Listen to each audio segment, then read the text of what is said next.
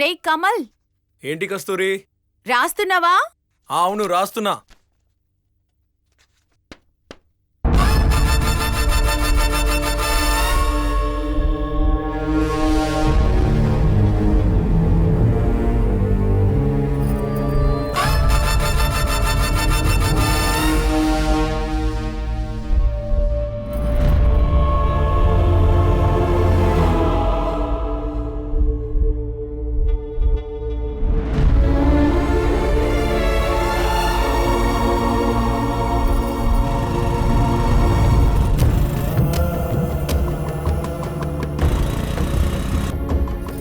రాస్తున్నావా? రాస్తున్నా.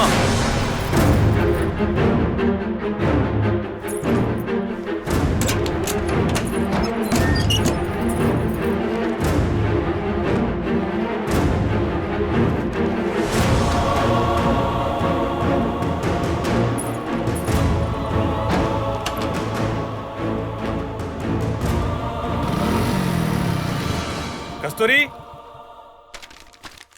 కస్తూరి, ఇదిగో మురళి, నీ వడ్డీ డబ్బులు. నేనే నిన్ను కలిసి మాట్లాడదాం అనుకున్నాను. ఏంటి ముసలయ్యా, విషయం చెప్పు. నేను చెప్తున్నానని తప్పుగా అనుకోకు మురళి. మన కస్తూరి ఎప్పుడు చూసినా ఆ డాక్టర్ బాబు వాళ్ళ ఇంట్లోనే ఉంటుంది మురళి. ముసలయ్యా, నోటికి వచ్చినట్టు వాగొద్దు. నా కస్తూరి గురించి నాకు బాగా తెలుసు. తను నా కోసమే పుట్టింది. ఇంకొకటి గనక ఈ మాట అనుంటే నరికి పారేసేవాణ్ణి. అందుకే చెప్తున్నాను, నీ కోసం పుట్టింది, ఇంకొకటి చేత తాళి కట్టించుకోకూడదు. మళ్ళీ చెప్తున్నాను, మర్యాదగా ఇంతటితో ఆపేయి. ఇలా చూడ మురళి, నీ మీద ఉన్న అభిమానంతోనే చెప్తున్నాను. ఆ తర్వాత నీ ఇష్టం. ఇప్పుడు కూడా కస్తూరి ఆ డాక్టర్ను చూడడానికే వెళ్ళింది. చెప్తే నువ్వు నమ్మితేగా. ఇప్పుడు కూడా కస్తూరి ఆ డాక్టర్ను చూడడానికే వెళ్ళింది. చెప్తే నువ్వు నమ్మితేగా. వీడిప్పుడు ఎక్కడికి వెళ్ళాడు? ఏ కమల్, నువ్విక్కడే ఉన్నావా? తప్పుగా అనుకోకు. నేను తప్పుగా అనుకోలేదు. డాక్టర్ తప్పుగా అనుకోకుండా ఉంటే చాలు. ఈ జిమ్కి నచ్చిందా? నాకు నచ్చితే ఏంటి, నచ్చకపోతే ఏంటి? నీకు నచ్చింది కదా. నాకు నచ్చడం కంటే అరవింద్కి బాగా నచ్చింది. సరే సర్లే.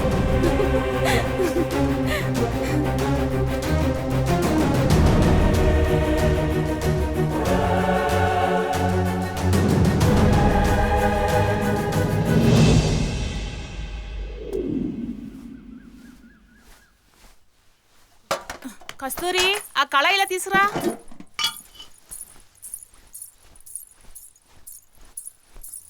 తీసుకోమ్మా. లక్ష్మి, లక్ష్మి, కూర్చో కూర్చో, వస్తానా. ఏరా సీను, నువ్వు పొలం వెళ్ళలేదా? కూర్చోవదునా. ఏంటి పొద్దుట వచ్చా? ఊరికే వచ్చానమ్మా. ఏమే కోళ్ళ, బాగున్నావా? బానే ఉన్నాను అత్తయ్య. చెప్పొద్దునా. ఏం చెప్పమంటావు? ఉన్నట్టుండి నిన్న గుండెలో నొప్పి వచ్చేసి ఏదన్నా అయిపోతుందేమని భయపడ్డాను. దేవుడి దయవల్ల ఏమీ కాలేదు. వద్దులే అయ్యా, ఇప్పుడు బాగానే ఉందలే. అప్పుడే నాకు ఒక ఆలోచన వచ్చింది. నా కొడుకుని ఒంటరిగా వదిలిపెట్టి పోతానేమని భయం వచ్చేసింది. మురళికి పెళ్లి చూసి చూడాలని నా ఆశ. బయటికి వెళ్ళి పిల్లని ఎతకాల ఏంటి? నా కోడలు కస్తూరి ఉంది కదా. నువ్వే చెప్పరా సీను. నేనేం చెప్పగలను అత్తయ్య, నాకిష్టమే, కానీ పెళ్లికి చాలా ఖర్చు అవుతుంది కదా. అరే ఖర్చుదే ఉంది సీను, మనలో మనం సర్దుకుపోతే సరి. ఈ సంవత్సరంలో మంచి రోజు చూసి పెళ్లి చేసేద్దాం. అలాగే అత్తయ్య. ఏంటి లక్ష్మి, నీకు ఇష్టమే కదా? నేనేమంటాను వదినా, నీ మాటే నా మాట కదా. అయితే ఈ విషయం మన వాళ్ళందరికీ చెప్తాను. వస్తానరా సీను. సరే అత్తయ్య. వస్తానే కోడలు పిల్ల. జాగ్రత్త వదినా.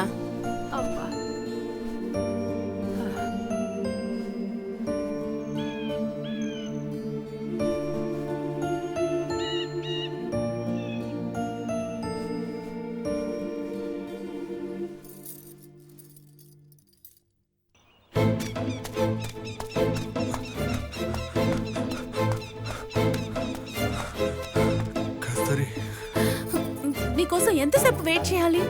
ఎవరైనా చూస్తే ఏం జరుగుతుంది? అదేలా కోపడ్డా అందంగా ఉన్నావు, నవ్వినా అందంగా ఉన్నావు. జోక్ చేయకండి అరవింద్, నేను సీరియస్ గా మాట్లాడుతున్నా.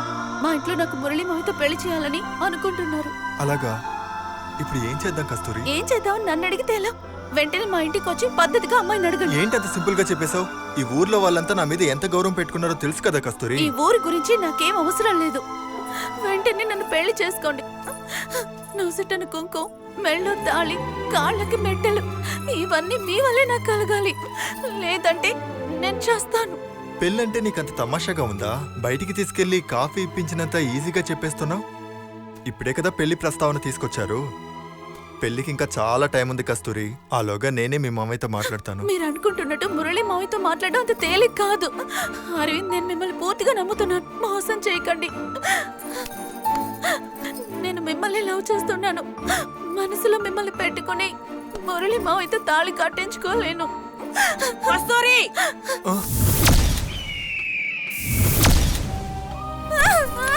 ఒసే పాపిస్తానా, ఏంటి ఇలా తయారయ్యావు? నిన్ను చంపిన పాపం లేదే. మన కుటుంబ పరువు తీయడానికి పుట్టినట్టున్నావే. పాపిష్టముండా, నీకు ఎన్నిసార్లు చెప్పానే? ఎందుకు ఇలా తయారయ్యావు? ఎందుకు ఇలా తయారయ్యావు? చెప్పు, చెప్పే. ఆ పరువు తీయడానికి పుట్టినట్టున్నావే నువ్వు. గారాబంగా పెంచానే నిన్ను. మా పరువు తీయడానికి పుట్టినట్టున్నావే. పాపిస్తాడా, పాపి. నువ్వు చేస్తే మా ఇంటికి పట్టిన పీడ వదిలిపోతుంది. దుర్మార్గురాలా. నీ కోసం అల్లుడు ఎంత కష్టపడుతున్నాడో తెలుసా? మీ అన్నయ్య వచ్చి అడిగితే నేనేం సమాధానం చెప్పనే? చెప్పవే. మురళిలోని ఎందుకే ఆశలు పెంచావు? నేను ఎంత ప్రేమగా పెంచుకున్నానే. నాకు మంటతో చెప్తున్నా, నేను సుఖంగా ఉండు, నాశనం అయిపోతావే. పాపిస్తున్నానా? నేను వాళ్ళకి ఏ సమాధానం చెప్పాలి? కొట్టకు వదిలేయమ్మా. చూడు బాబు, ఇది ఎంత పని చేసిందో. ఏం పని చేసేచ్చిందో నీకు తెలుసా? నాకు తెలుసమ్మా, అంతా వింటూనే ఉన్నాను. చెప్పవే. కొట్టకమ్మా అమ్మా, కొట్టకమ్మా. అయ్యో అయ్యో, ఏంటమ్మా కస్తూరి ఇలా చేసావు? నాన్న మనల్ని వదిలి వెళ్ళాక మురళి మావయ్య కదా మనకు అన్నీను.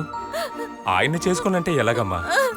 మావయ్య నాకు ఇచ్చి పెళ్లి చేయాలని మీరే నిర్ణయించుకున్నారు. కానీ మావయ్య అంటే నీకు ఇష్టమేనా అని నన్ను ఒక్కసారైనా మీరు అడిగారా?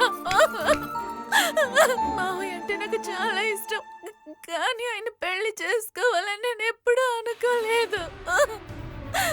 అత్తయ్య, అయ్యో మావయ్య, మావయ్య. పైకిలే కస్తూరి. నీ ఆశల్ని అడియాసలు చేసిందయ్యా ఈ పాపిష్టి. కస్తూరి, పైకిలే కస్తూరి. నా మాట విను. లే కస్తూరి. నువ్వు నాకు మావయ్య మాత్రమే కాదు, నిన్నొక దైవంలాగా నేను గుండెల్లో పెట్టుకున్నా. నా మాట విను, లే. నన్ను క్షమించు మావయ్య. పర్వాలేదు, చెప్పేది విను. లే కస్తూరి. అత్తయ్య, ఆ రోజు చెప్పిందే ఈ రోజు చెప్తున్నాను. ఎప్పుడు కస్తూరి సంతోషమే నా సంతోషం అత్తయ్య. తనకి డాక్టర్ నచ్చినప్పుడు తన సంతోషానికి కాదని నేనెలా పెళ్లి చేసుకోగలను అత్తయ్య? నేను ఒక నిర్ణయానికి వచ్చాను. వచ్చే ముహూర్తానికి కస్తూరికి ఆ డాక్టర్కి మన పోలేరమ్మ గుళ్ళో పెళ్లి. ఏంటి మురళి, నలుగురు చూస్తే ఏమనుకుంటారు? నువ్వు బాగా తెలివిగలవాడు అనుకుంటే ఇలా చేస్తున్నావేంది? దీనికి అంతరికే కారణం మీరే అన్నా. నేనేం తప్పు చేస్తానయ్యా? వాడు ఏం చేసినా సరే మీరు వాడికి వత్తాసు పలుకుతున్నారు. అందుకే నోటుకొచ్చినట్టు వాగుతున్నాడు. ఇప్పుడు నన్నే హంతకుడు అంటున్నాడు. వాడే కాదయ్యా, ఈ ఊళ్ళో వాళ్ళందరూ అదే అనుకుంటున్నారు. ఏంటన్నా మీరు అనేది? ఇలా రా.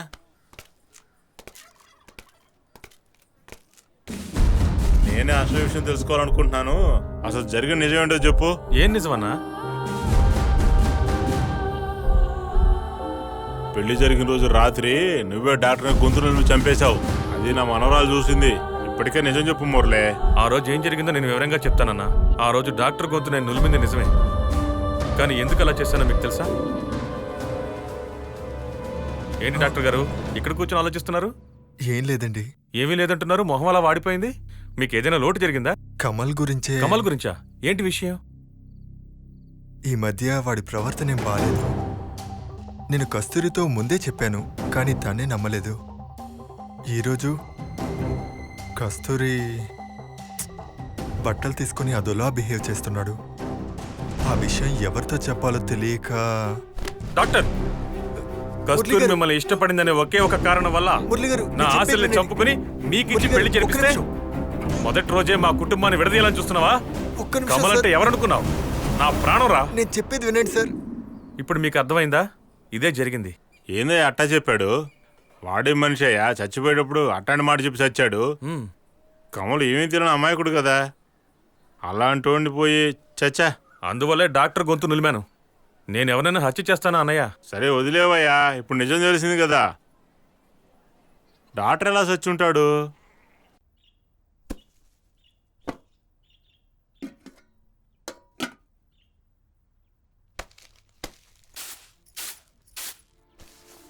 లక్ష్మి, ఎవరు? నేనేనే.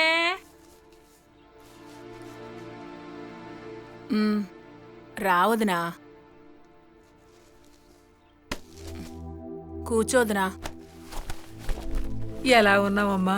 ఏదో ఉన్నావులే వదినా. కాఫీ తీసుకురమ్మంటావా వదినా? వద్దమ్మా, కూర్చో. ఏమైందే? మా ఇంటి వైపే రావట్లేదు, నా కోడలు కూడా రావట్లేదు. అది చిన్నపిల్ల, నువ్వైనా దానికి చెప్పొచ్చు కదా. అది చేసిన పనికి నీ ఇంటి గడప ఎలా తొక్కమంటావు వదినా? నా మొహం ఎలా చూపించను వదినా? నువ్వే చెప్పు వదినా. దానికైనా అలా వదిలేస్తామా? జరిగింది ఏదో జరిగిపోయింది, అదే తలుసుకుంటూ కూర్చుంటే ఎట్టా? దానికి నువ్వే అర్థమయ్యేటట్టు చెప్పాలి. నన్నేం చేయమంటావు? నువ్వే చెప్పు వదినా. మనం ఈ రోజు ఉంటాం, రేపు పోతాం. జీవితాన్ని అనుభవించాల్సిందే చిన్నపిల్లలే కదా. నా మాటిని లక్ష్మి, పిల్లకి కాస్త అర్థమయ్యేటట్టు చెప్పవే. నేను నా బిడ్డకి అర్థమయ్యేటట్టు చెప్పుకుంటాను. నేను చెప్పింది నీకు అర్థమైంది కదా? అర్థమవుతుంది వదినా.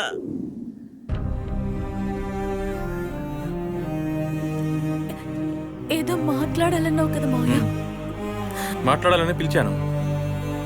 నువ్వు మాట్లాడితే విందాం అనుకుంటున్నాను. దయచేసి మనసు విప్పి మాట్లాడు కస్తూరి. ఇక మాట్లాడటానికి ఏముంది మావయ్య?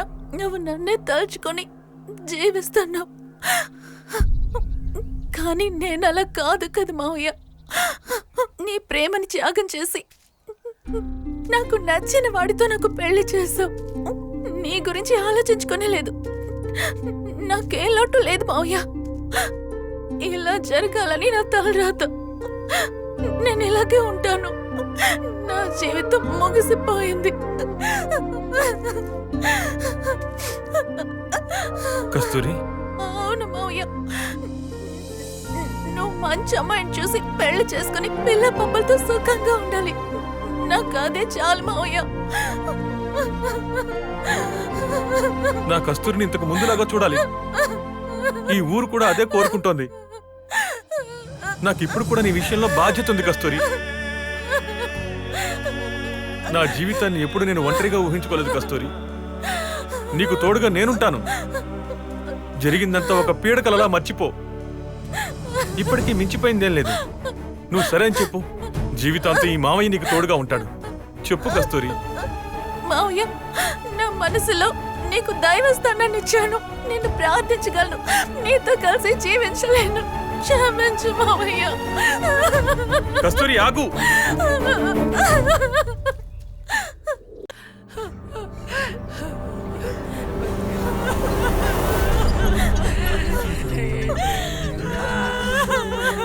నా కూతురు జీవితం నాశనం అయిపోయింది. నేనేం చేసేది దేవుడా?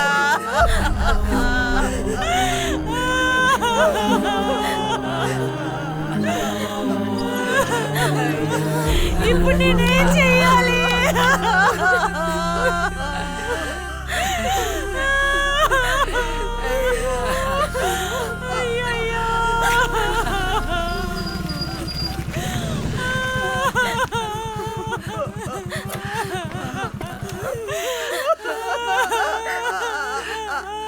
చిన్న వయసులో నీ పిల్ల జీవితం ఇలా ఇక్కడ ఎవరు మురళి?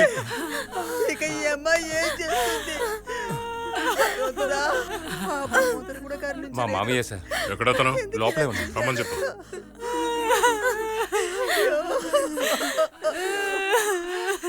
మామయ్య, మీకోసం పోలీసులు వచ్చారు.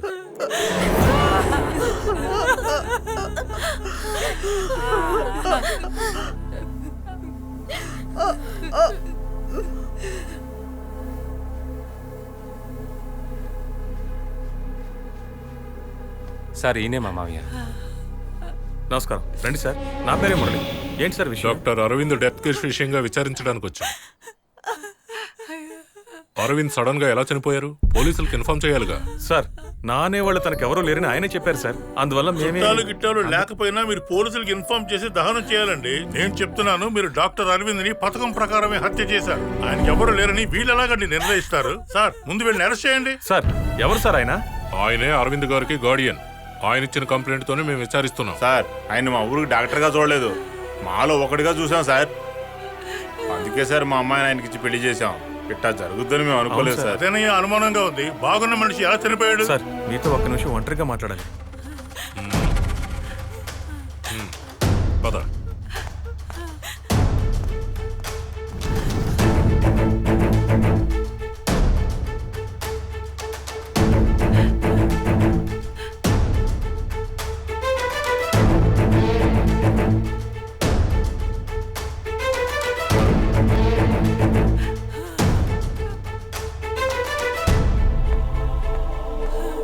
ఇలా చూడండి, డాక్టర్ గారు చనిపోయిన విషయం గురించి విచారించాలి. ఊళ్ళో ఉన్న వాళ్ళందరూ నాకు సహకరించాలి, అర్థమైందా? అలాగే ఊరు పెద్ద ఆయనకి ఇన్ఫార్మ్ చేయాలి. నేను వస్తాను.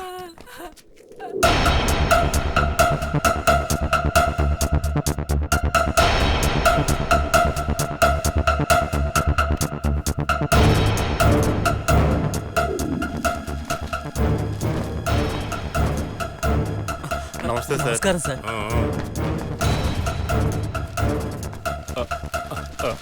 సార్ నమస్తే సార్. నమస్కారం సార్. నమస్తే సార్. నీ పేరేంటి? నా పేరు మాణిక్యం అండి. అవును, ఆ మురళి కస్తూరిలు చిన్న వయసు నుంచి ప్రేమించుకుంటున్నారట, నిజమేనా? అవునండి. మరి డాక్టర్ని ఎందుకు పెళ్లి చేసుకోమన్నాడు? అదే తెలియడం లేదు సార్. ఒకవేళ ఒప్పుకున్నట్టే ఒప్పుకుని ఊళ్ళో వాళ్ళని అందరినీ నమ్మించి వాడే చంపుంటాడా? అలా అని కూడా చెప్పలేదు సార్. అయ్యా, కస్తూరి మీద మురళి ప్రాణం పెట్టుకున్నాడయ్యా. కస్తూరి కోసం వాడు ఏవైనా చేస్తాడయ్యా.